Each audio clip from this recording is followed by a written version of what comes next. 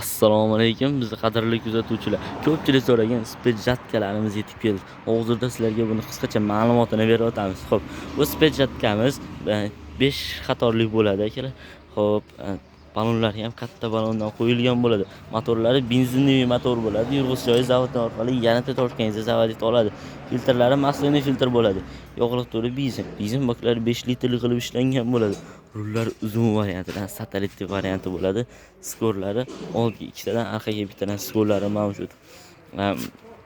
Jatkamizni harakat olishi motor ishga tushganda через shift chiqqan, shiftdan remi o'tganda remi shunday aylanadi-da, burishida shunday pastga tushirsangiz jatkangiz ishga tushadi akalar.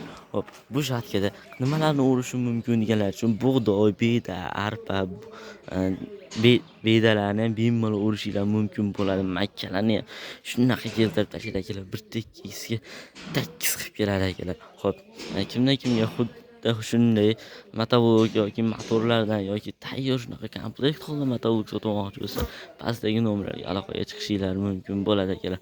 Hop, rollari ham juda ham mos bo'ladi akalar. Og'ir emas, yengil emas akalar.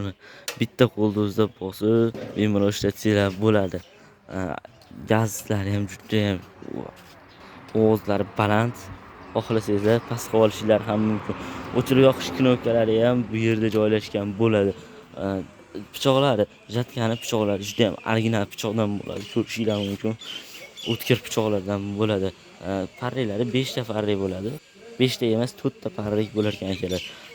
Bu original Agrosservis do'koniniki bo'ladi akalar. Kimda kim xuddi shunday zubr motobuklarini yoki xuddi shunday komplekt holda benzinli motorli bo'lgan spedjatkalar qo'yilgan tayyorini sotmoqchi bo'lsa, pastdagi nomerlarga aloqaga chiqishinglar mumkin. Optim narxlarda, ba'zi narxlarda qilib beramiz akalar. Jonlaringiz sog' bo'lsin, keyingi videolarda ko'rishguncha akalar.